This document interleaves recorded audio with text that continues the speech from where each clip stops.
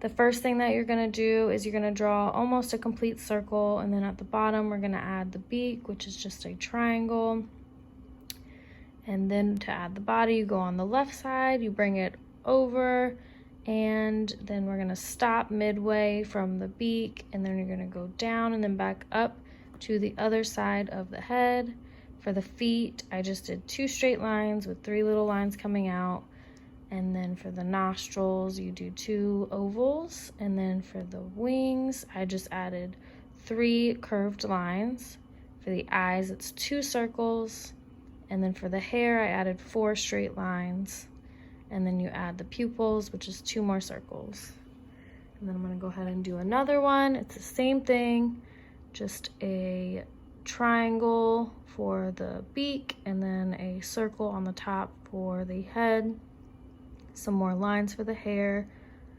For the body, you start on the left, you go over, curve it around, bring it back down for the little back part of the bird. And then for the wings, I just added a bunch of squiggles, and then 2 ovals for the nose, 2 circles for the eyes, and then 2 more circles for the pupils.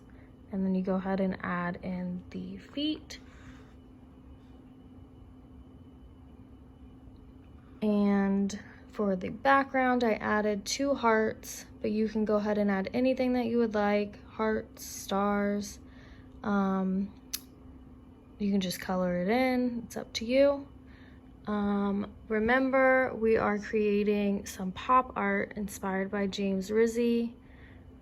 Pop art is something that was based on everyday objects, if you remember, and then the everyday objects are turned into something that was bold and bright and colorful. And so I like to outline everything in black. So if you have a black marker or colored pencil, outline everything in black. If you don't have anything to color with, that's fine, you can just use pencil. But pop art is usually bold and colorful.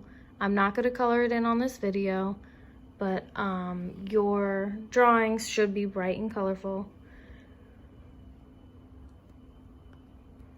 I like to do everything in black first and then color it in. I will post an example on Schoology of my finished product that is colored in.